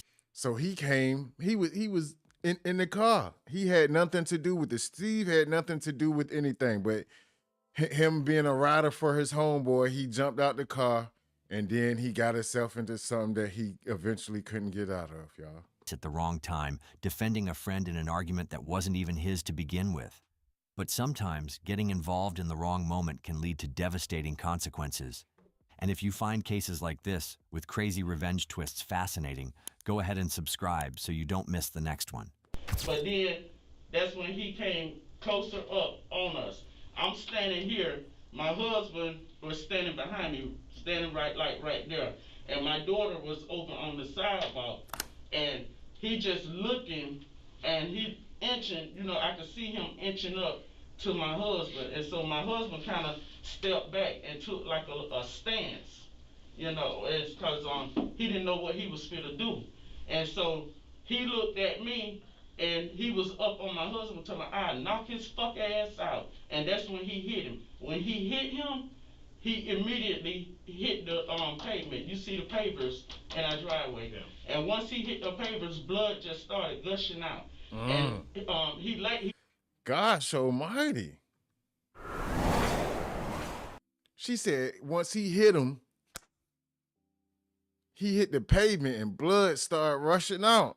He must have hit him with a Muhammad Ali Tyson got there going, ooh wee. Gosh almighty. I know he felt embarrassed getting knocked out in front of his lady. She felt embarrassed because he was trying to be the man that he should be and hold everything down, but the only thing he was holding down was the ground. Let's go. He was laying there, and when I seen that, I said, oh, hell no. I ran back in the house. Oh, hell no. I didn't know what I was going to do. Y'all done up and done it. Got a knife and ran back out the door, but when I ran back out the door, they had to jump in the car and left, because when they seen me turn around and run in the car, they turned around and ran, because they didn't know what I was going to get. Mm-hmm. And so when they thought mama was going to get that young loofah. Thought she was coming back with that. My husband, he was laying there, and then I told my grandson to take the knife back in the house. My husband was laying there bleeding, but he was trying to get up, and I'm telling him, no, you can't get up. Sit down, stay down. He was still trying to get up, but he got up and sat up. Okay. And he was trying to stand up, but I'm holding him, trying to keep him from standing up because I didn't want him to fall again. Who called 911? My daughter called 911. She was on the phone because I went to hollering and screaming. Mm-hmm. We all went to hollering and screaming. My daughter called 911, and it was like they was taking forever to come, and I'm trying to keep him calm. Who shut up first? What? Talking about the screaming? Who shut up first, the police or the firefighters? Oh, the ambulance? Was it the? You know what? I can't even remember. I don't know if it was the paramedics or the police, because they eventually came. They both came. Yeah, they both came. Okay. I can't remember because I had so much going on in my mind because. So when they loaded Fred into the ambulance, did you go in the ambulance and go with him? No, I didn't go in the ambulance with him at the time because I had to take a bath because to be this kind of embarrassing. But when all of that was going on, I peed on myself. Okay. So I had to clean myself up before I could go. Mama said, kind of embarrassing, but with all of that going on, you know, I took a little tinkle on myself. And by the time before the paramedics left, both of my sons had done came. They was on the scene. They showed up. Do you know how they got there? Meaning, in their car. How they knew? In their car. My daughter had called them and told them what had happened, what had just happened. Do you know what Tiffany told them? No, I don't know exactly what she told them because I wasn't right there on her. I was busy talking with the paramedics and trying to get my husband, because my husband take medications, and plus he had been drinking that day as well. So I wanted to let them know that, and they had to take a list. The picture that you took of the, is this it? Yes, that's the picture that I took. Did you send that Gosh picture to almighty. No, I didn't send that picture to anybody. My daughter had got my phone because I was showing the police my phone. My daughter had got the picture out of my phone. She sent it to herself. Okay. But I didn't send it to nobody, and I since deleted that anyway. Do you know? A lot went on, y'all. A lot went on. Just within those few minutes of them pulling up, him and his homeboy Steve pulled up. They walked to the door. Well, he walked to the door, and then everybody came outside, and it was World War III. Her husband ended up getting knocked out. Everything was bloody. He had to be rushed to the hospital, and that was that. Know who she sent it to? No, I don't know who she sent it to. Okay. No. Do you have social media? Yes, I have social media, but I don't be on it. Okay. Mm-hmm. So your husband gets taken away.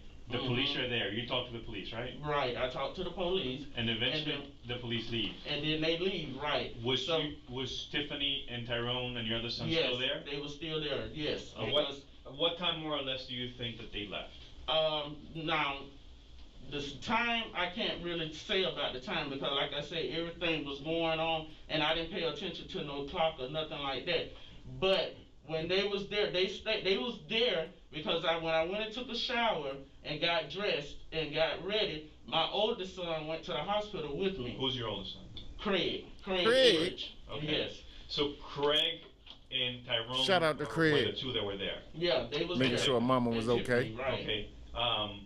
When you went to the hospital, do you know more or less what time it was? Was it light outside? Was it dark outside? When I went to the hospital, it was light outside. Okay. Yeah. How long after your husband was transported did you go, more or less? Well, appreciate you, Melissa. Tap in with you tomorrow morning. I can't even tell you. Hopefully everything goes well. Was it quick?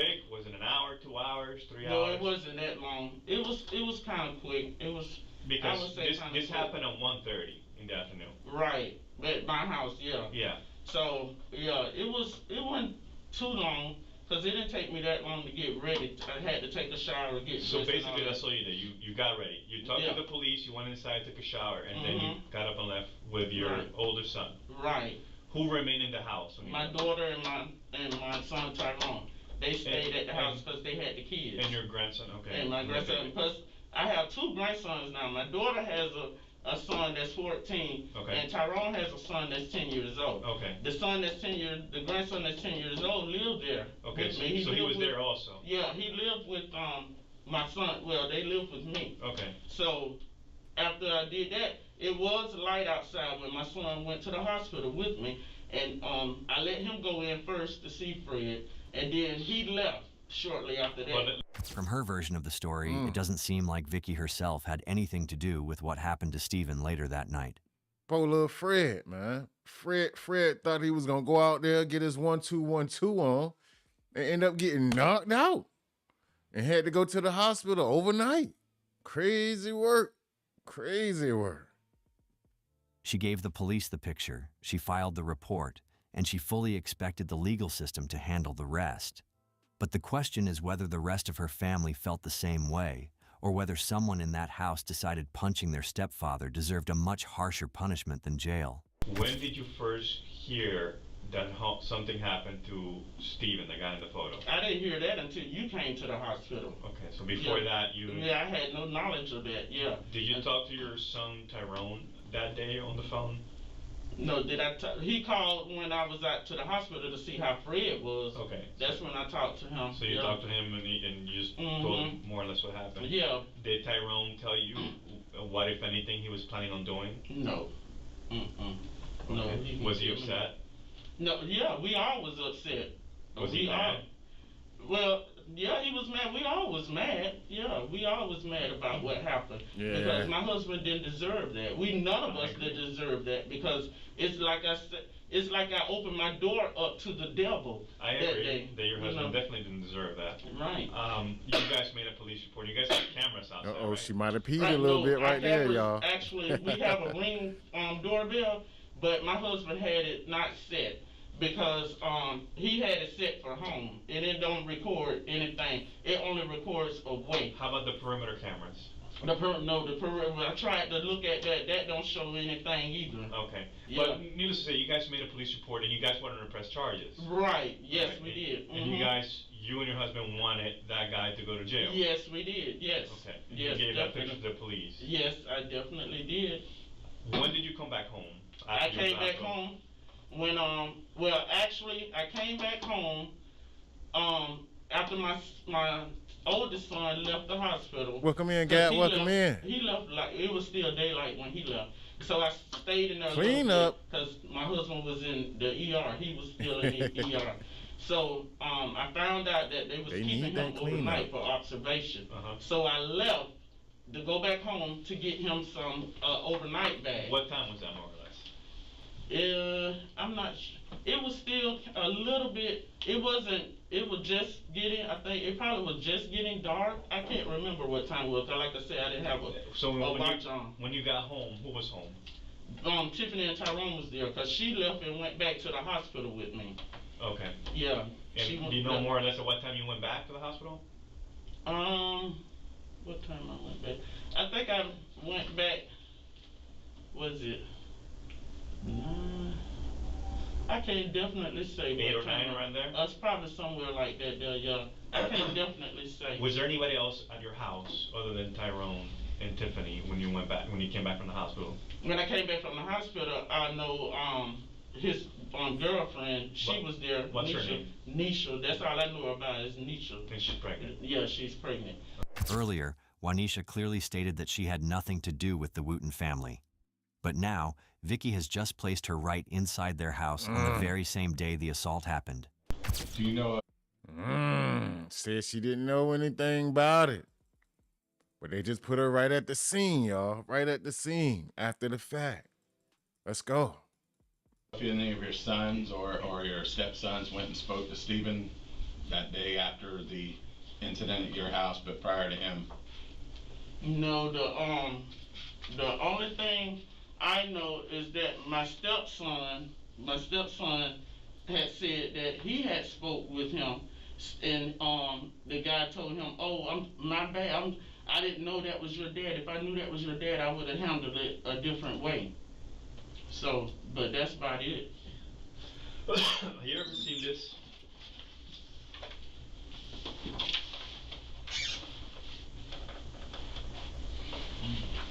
No.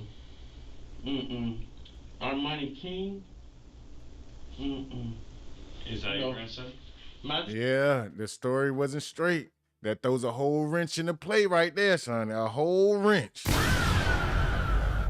Grandson name is Armani Lassane. Oh, so it's not a King? No, he's not a king. My daughter is a king. His father's last name is Lassane. Okay. Hope you feel better, Shane. Hope you feel better, Miss Ma'am. I'm okay, just in pain. I just got home from the urgent care. Yeah, get well, Miss Ma'am. Get well. Appreciate you for pulling up. You're not Thank you, friends with Shayna. this person on social media? No. Okay. Do you have a Facebook or an Instagram? I have a Facebook. Okay. Did you see a post about Steven or Antonio they're gonna get got or anything like that? No, I never seen a post like that. I don't even be on Facebook like that. I don't. I get on there every blue moon. Okay. I don't get on it like that. First, she said she didn't think her stepson had anything to do with it because he found out about it much later. But now she's casually mentioning that he actually went out and confronted Steven himself. And this is something that will be looked into later on.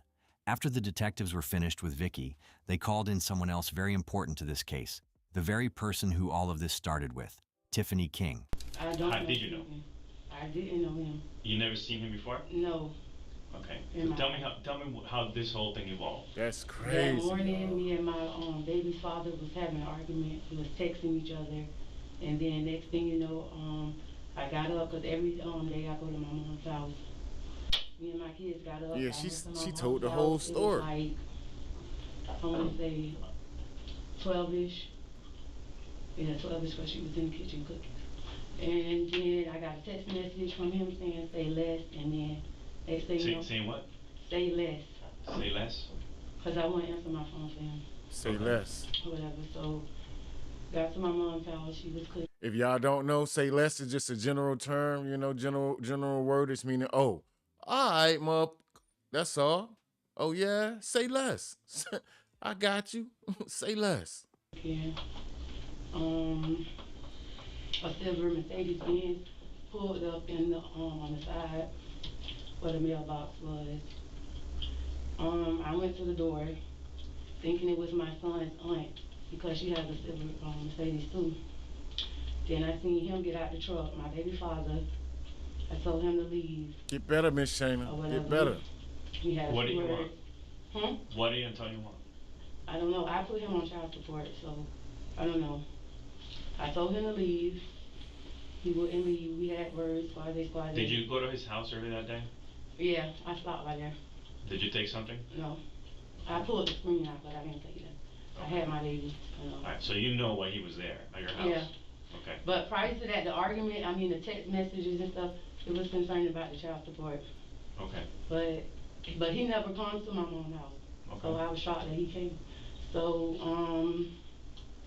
he got out, we was arguing, squad. I had my baby in my hand. He tried to hit me. My mom and Fred came outside to like get him off of me or whatever.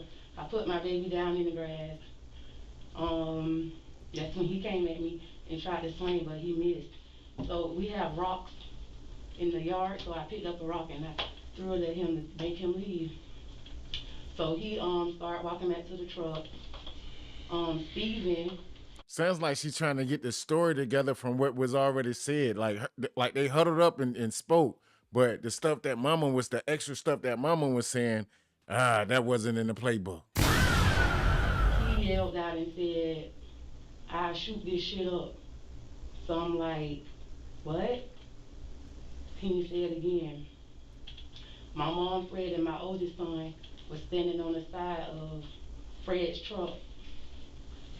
And Steven got out of the truck already. He said something to my son, and my mom was like, do you know what he said? No. She was like, he's a child, or whatever. Yep, Mama used the bathroom on her. She a little twinkle. Fred had told him he needed to leave.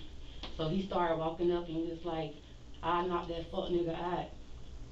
So my mom was like, "No, you won't." So he charged at them. He threw. And that far MF, right?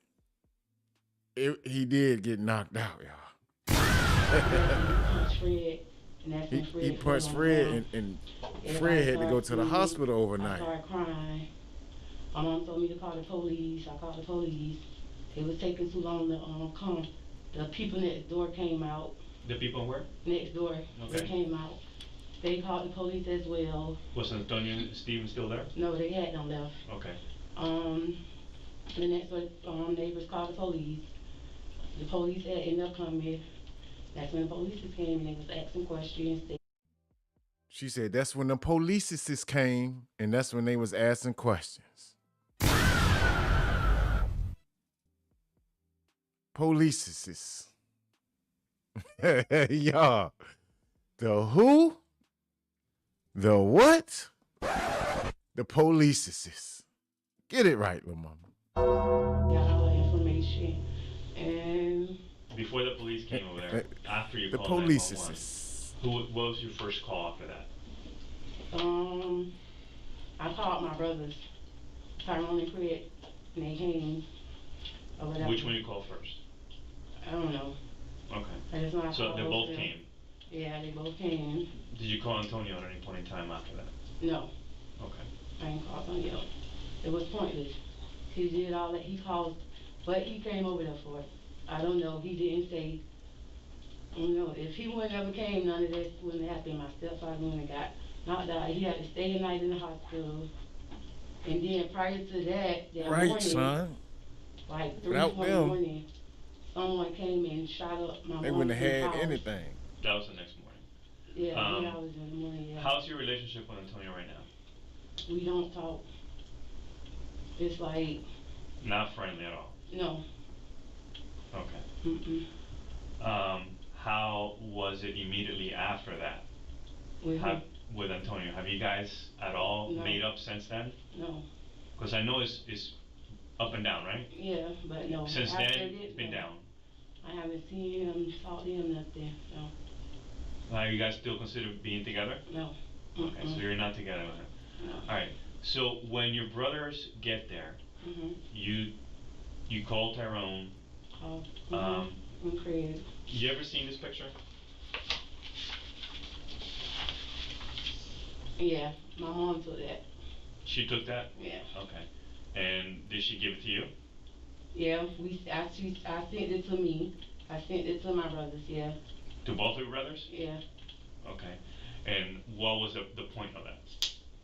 To see who Steven was, because we had them call the police and gave the police information. They told us that they catch him, that he could be in trouble. So. Yeah. But why did you send it to your brothers? If you were going to give it to the police, you guys gave it to the police. To see if he know who that is. He know people. Who? So, both of them. Okay. Did they know him? No, nobody knows him. We never seen him. I never seen, the whole time I've been with Antonio, I never seen him with Antonio. How did you guys know that he hung around at Tony's Market? He from Franklin. Everybody so knows you knew that he was from Franklin? No. Somebody told me he was from Franklin. Who told you? This boy named Chuck. Chuck? Yeah. So now Tiffany is admitted to sending Stephen's picture straight to her brothers. What detectives are now asking themselves is whether one of those brothers might be a lot more involved in this case than anyone has let on so far. When she sent that pitch out, that was a hit, y'all. That was the target frame of, hey, this him, we got to find that man. Goodness gracious. Can't let him come over here and whoop on step pops like that and send him to the hospital overnight like that. 0%, y'all. Well, let's go. Did you ever have a conversation with Tyrone about what was going to happen to Stephen? No. Do you know? We gave everything to the police.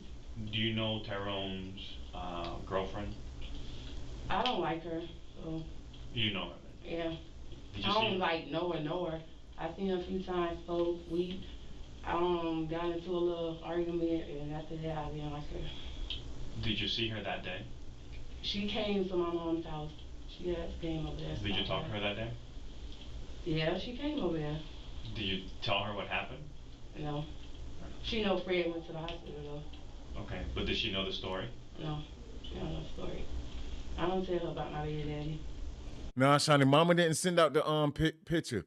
The daughter did. The daughter sent out the picture, but she sent it from mama's phone.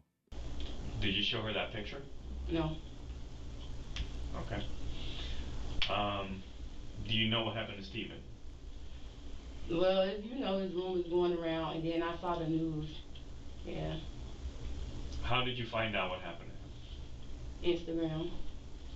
Who on Instagram posted something? You said who? Yeah. I don't know who, but I'm friends with a Who? lot of people. But yeah, you know how you just scroll, and I just seen the store had police around it. God, did you know? Man, she keeps saying the police.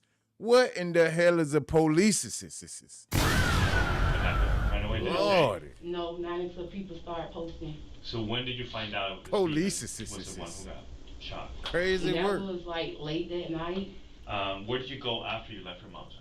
I stayed to my mom's house. I didn't leave there until me and my mom went to the hospital to see Fred.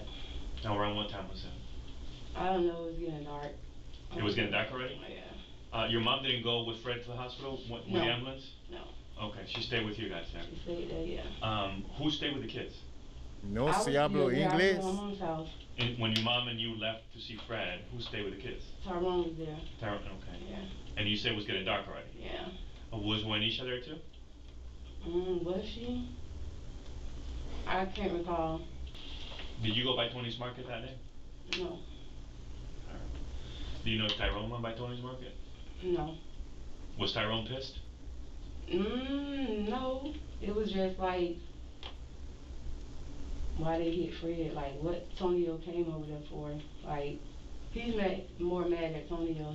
Because it's like, Tonio wouldn't have came over there, like, Fred wouldn't have never got hit. Like, you know? Yeah, Fred got hit with that, how do you get, and got knocked clean off his rocker. Fred shouldn't have came out there trying to do what he do. He should have just stayed in his place, told everybody to cool out. But as far as the fighting goes, if he knew he couldn't fight, he should have never tried to fight. But Fred, we commend you for your work, brother. Yeah. Well, no doubt what happened to Fred was bad, and the guy deserved to go to jail, but yeah. I don't think he deserved to die for that. No, nobody deserves to die. Since detectives are getting the same story from Tiffany that they got from her mother, Vicky, they now have to turn to the one person who might have actually ordered Stephen's death, Tyrone King. Do you know why you're here? Not really. Do you know which homicide I'm investigating? I know homicide is it. Okay. Do you know who got killed? No, I don't know that gentleman. Okay. Do you know... Let me backtrack. I know of the incident because Antonio is my sister. Baby dad. Yeah. Okay. I don't know that gentleman. Okay. No. So where were you when Antonio and Stephen went over to your parents' house? I was out trying to get my car fixed. Where were you? I was probably riding around because I know I went to one guy I know named Jose. He stayed right off of Dave B, a little past Dave B. He fixed cars. I was trying to get him to do my axles, my right and left side axles on my car. Okay. I got a call from my sister saying, Tyrone, hurry up and get to the house. They just jumped on Fred. I'm like, who was they? Antonio them. So as I get there, by the time I get there, the ambulance pulling up too. So they picked them up, you know. That's when they went to explain and tell me what happened. After that, I proceeded left in my car, Honda Sonata, and I went back to trying to see about getting my CBC axles fixed. My friend Jose, he has his option license. He got tied up, so he told me we want to be able to do it. After me going back and forth. Where was this? He stayed right off of Davie. Davie what? I don't know. I don't know the area too familiar, but I know exactly. I can get the address. It's near I-95 or is it near 441? No, it's not. It's near 441. Okay. Like you go past Davie, you turn right on backtrack Peters. Turn right on Peters. Okay. And then I believe it's a 7-Eleven. You go a little straight and it's a light, and you make that quick left into that neighborhood back there. Okay. I don't know that neighborhood too good. Okay. But yeah. So that's where you were before? That's where I was when she called saying hurry up to the house. Okay, and you went to the house. And then from the house you went back over there. I called him back because like I said, he was still home, but he told me he was for the go off and do something with his, I don't know, but go off and do something about another car, because he fixed cars right there at his house in his yard. At what time would you say you left there? What time was that incident? It was at 1:30. I left the house probably about 2:15ish, 2:10, 2:15ish. Whose house?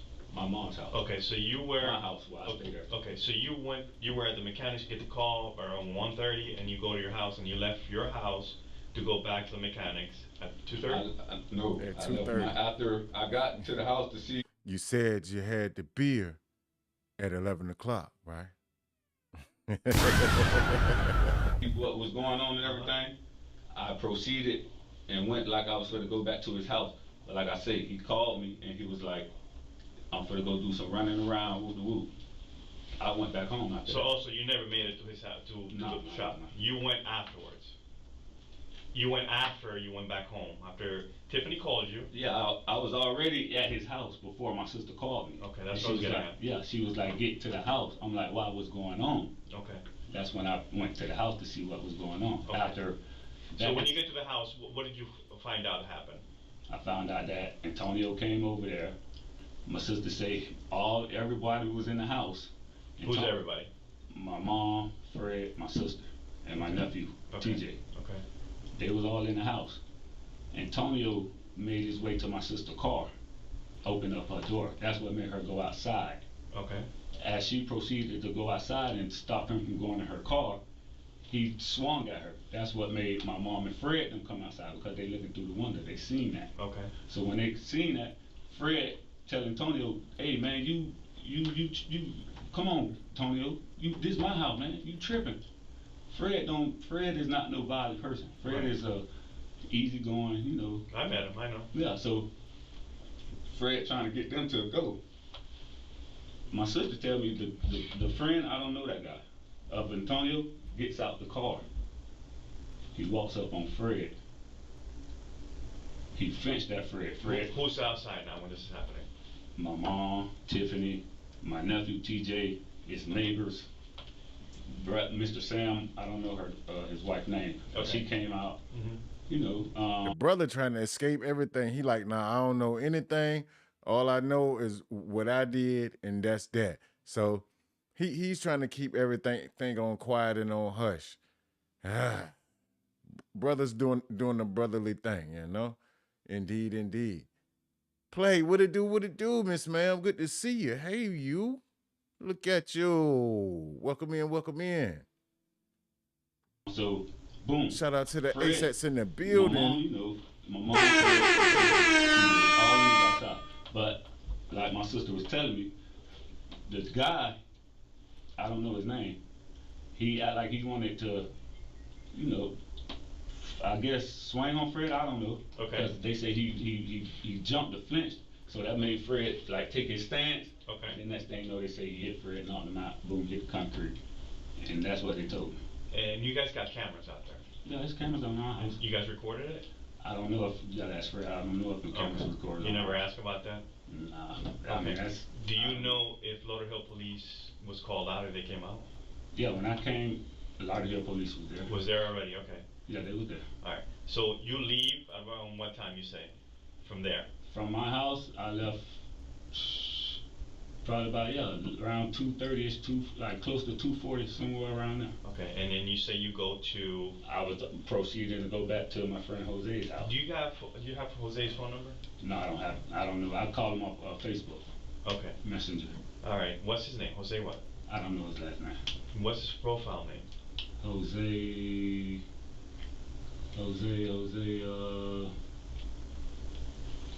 I don't know. I don't. Can you look it up so I can write it down? Yeah, I don't have a phone. You didn't bring your phone? Okay. Unlike Vicky and Tiffany, Tyrone's brother is on the evade. You hear me? He got a quotable for everything that he's trying to throw at him, y'all. Nope, I don't got a phone. Can you look it up for me? Nah, I don't got no phone. Gosh almighty. Story isn't quite as clean. He's bouncing between a long list of stops he supposedly made that afternoon when there's a lot going on at home. And the more he keeps explaining, the more it sounds like he's making it all up. So you left at 2:30 to go back to Jose's. Yeah. Into what time did you stay at Jose's? I didn't stay long because my mom was telling me she was going to get ready to go back up to the hospital and my sister was going to go with her. So at that time, I had to be back, get back to the house before they leave because I had to get my nephew. I'm watching, he's only one. I'm watching him, and then I got my son at the house, which is 10. Okay. Because his mom had just dropped him back off, like around, 4 or 5 o'clock. She dropped him back off home. Mm-hmm. So, and I was home. So by 4 o'clock you were home already? Yeah, I was home. And where did you go after you left your house? Again, after that? Y'all, wow. I can't recall if I stepped out again. I don't know. Okay. So your last memory is that you stayed home? Yeah, I was home though. Okay. Did you go by Tony's Market? Did I go by Tony's Market? Remember, you got to tell the truth because you don't. No. I'm just reminding you.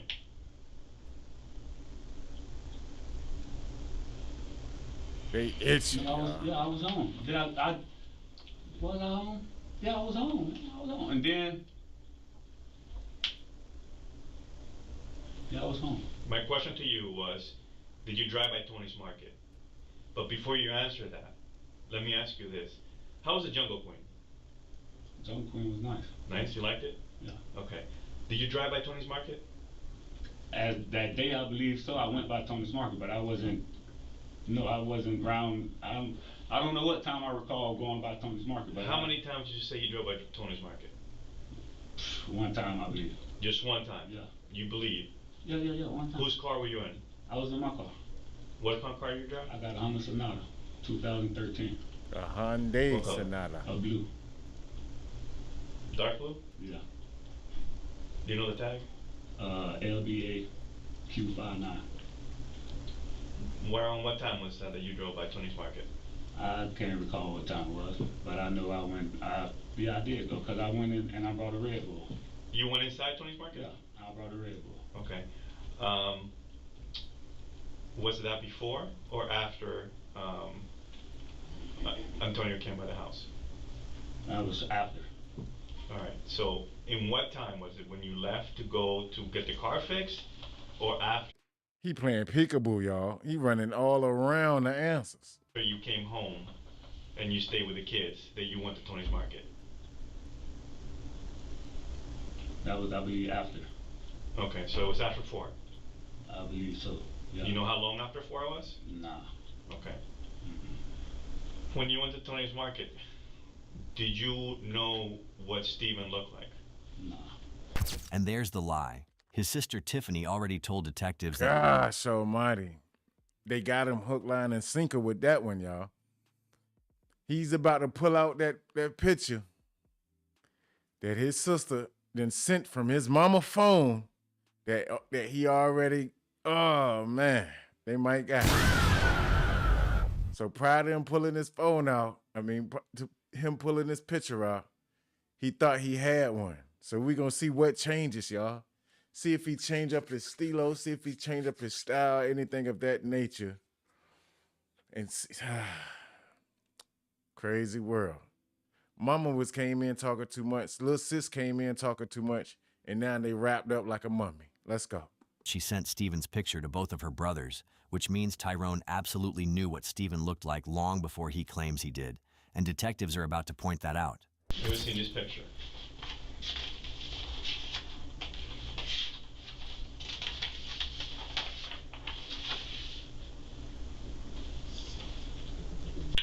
Yeah, that's the picture my mom said she took for the, she said she gave to the officers.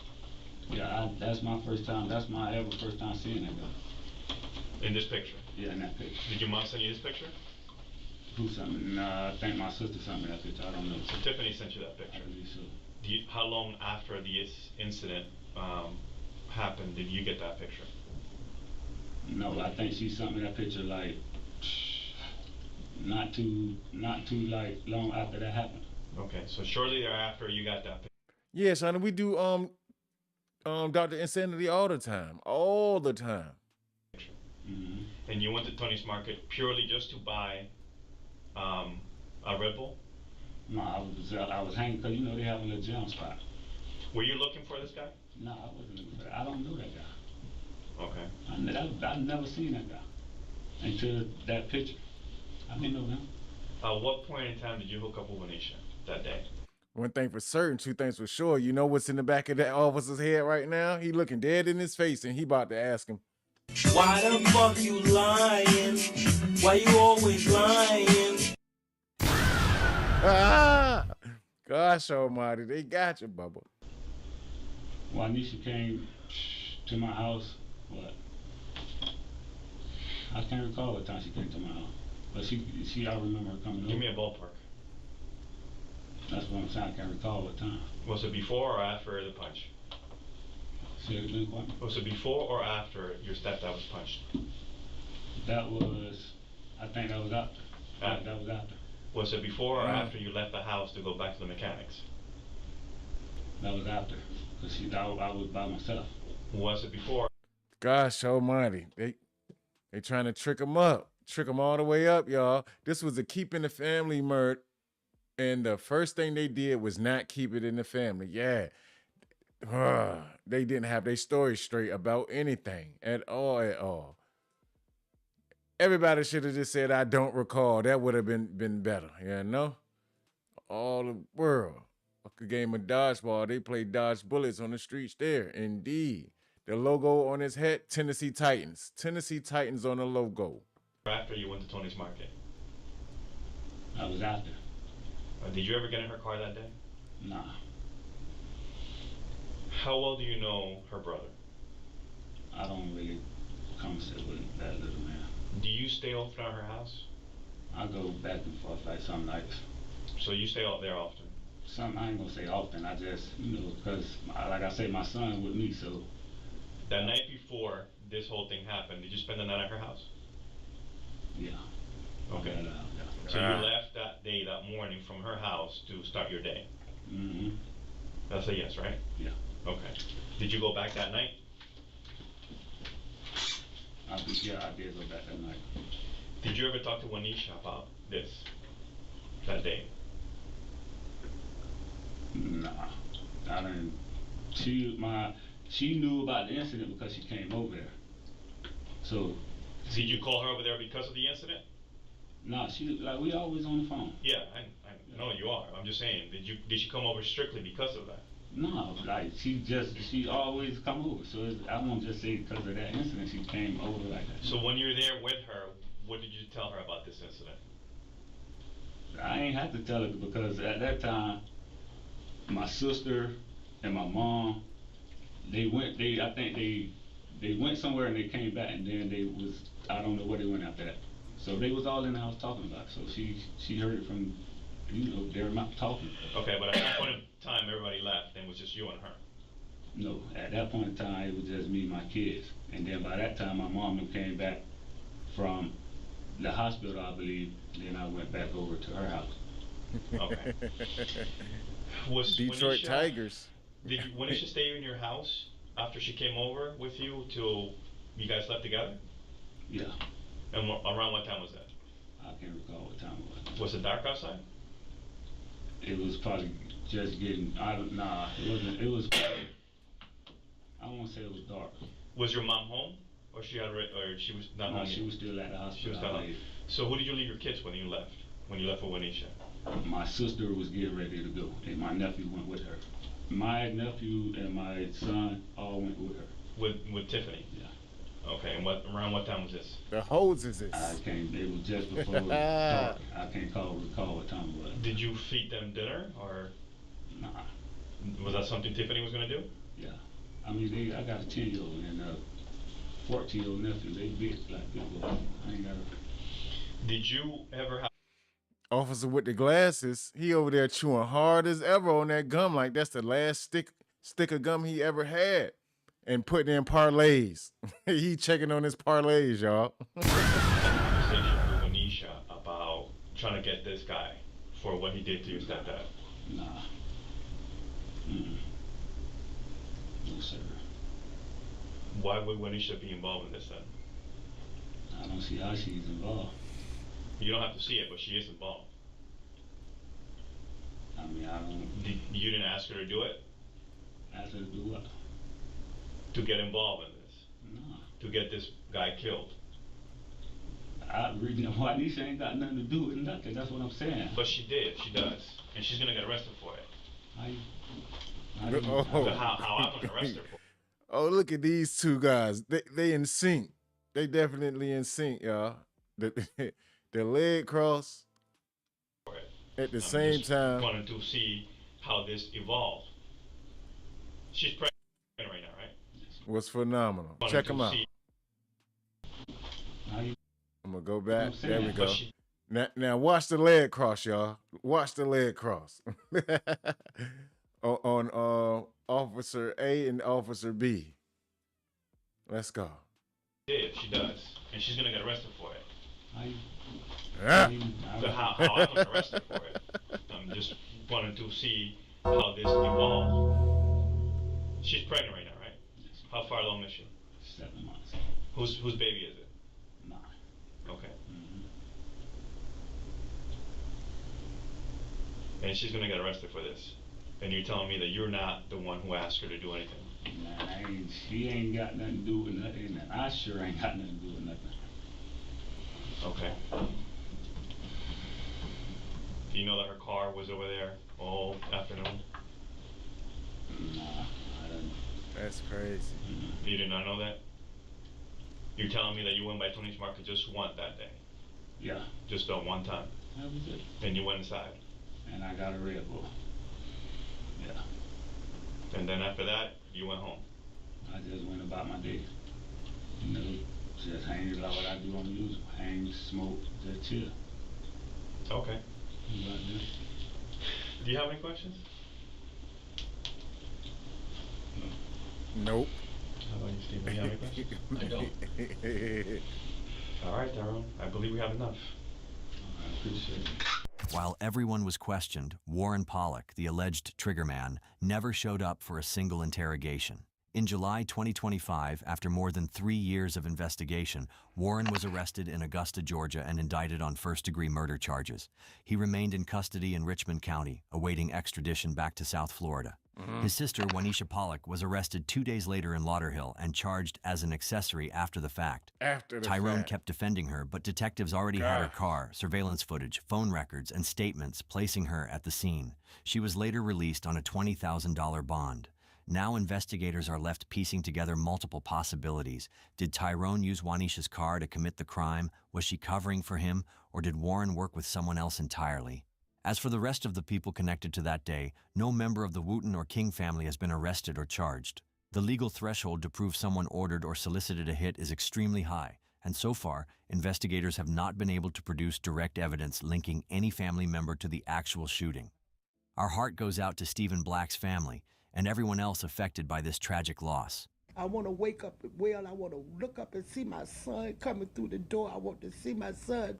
What do you think about this case? Do you think the Pollocks have any connection to the Wooten Oof. King family in regards to the crime?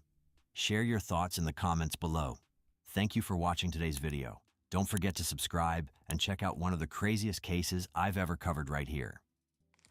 That was wild, y'all. That was wild. That was a long journey for them to kick it like that. Okay, so all they said was the sister, she got picked up as well. The sister got picked up as well 2 days later, after the fact, and then she got released on a $20,000 bond. They didn't say anything after that, so but the son, the brother, unfortunately, he's going down. It is what it is, ain't what it ain't. But another unfortunate event is that, you know, Steve had to, he lost his life on the note of him beating up and beating down the old man. So, you know, just stay out of people business, man. Stay out of family business. If it's not pertaining to you, try to stay out of family business. Shayna says, what's crazy is all these hoodlums talk about don't snitch, and then you get them in the room and they snitch about your whole damn life. Talk that talk, indeed. Now somebody has to take the MK because the girl is pregnant. Yeah, that's what I was thinking as well. But she got arrested for accessory after the fact. So they tried to tie all of that from the phone records to the picture to her sending the picture out to her car being seen outside the Tony's market as well, and they pushed all that together, and you know they tried to get a two for oneer. Definitely tried to get a 2-for-1.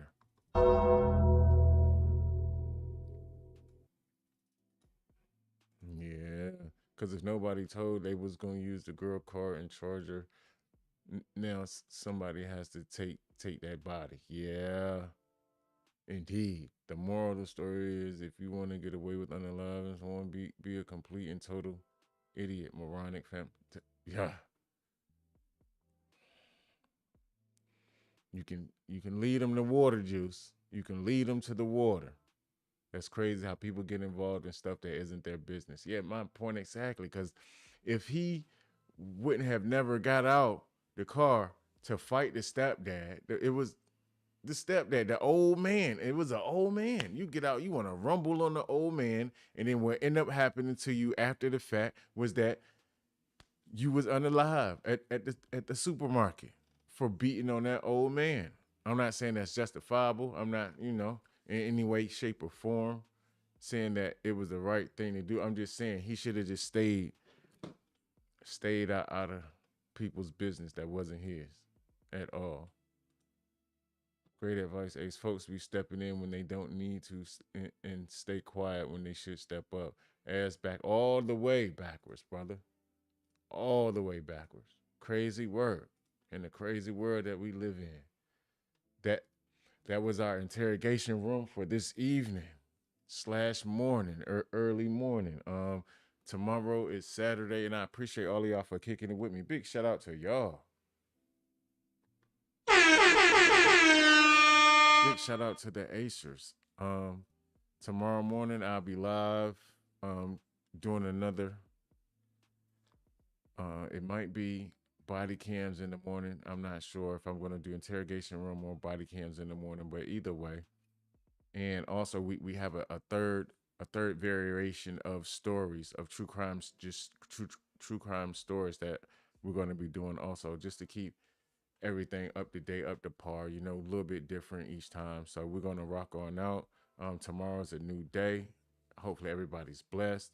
Y'all go ahead and make sure y'all enjoy y'all Friday going into Saturday. And tomorrow we will be on time. Definite. I have a couple of YouTube channels that I'm going to be publishing which I didn't know I had to wait like a 24-hour period, but it is what it is. So Ace Aura XP is going to be published. Ace Aura Reacts, which is going to be for like entertainment purposes, for like like industry purposes, and that's going to be published. And then Ace Aura Live is going to be published in a couple of days. So we're going to get everything rocking and rolling, and then that's going to be where we at an all-time high basis. So I'm going to get up off of here right now, lock on out. And I think I might be trying to, that's if I'm able to go live tonight. So I'm gonna end up going live for about an hour on Ace Aura XP. Get some Call of Duty in, and then that'll be that. So I want to tell y'all, I appreciate y'all Acers from the top to the bottom. It's us, never them. Always we, never me. Much love. Big shout out to y'all. I appreciate y'all from the bottom of my heart. Always, man, because without y'all, there is no me and there is no we. Shout out to all the Acers in the building that slid through.